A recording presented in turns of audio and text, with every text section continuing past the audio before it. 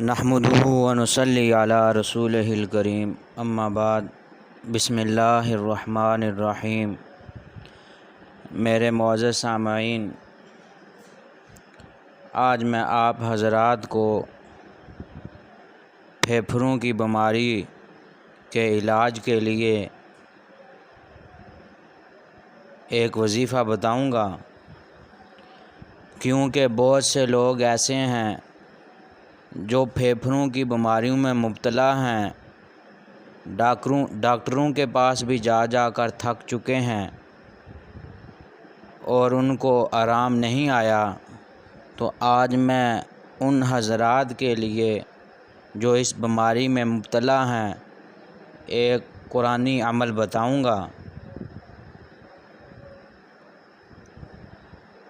اگر کسی کے پھیپھڑوں میں درد ہو یا پانی ہو تو اس کو چاہیے کہ اول آخر 3 مرتبہ درود شریف پڑھے اور 7 مرتبہ سورۃ الرحمن کی پہلی 19 آیات پڑھ کے پانی پر دم کر کے پیے گا تو اللہ تعالیٰ اس کی برکت سے اس کی پھیپھڑوں کی تکلیف کو ختم فرما دیں گے۔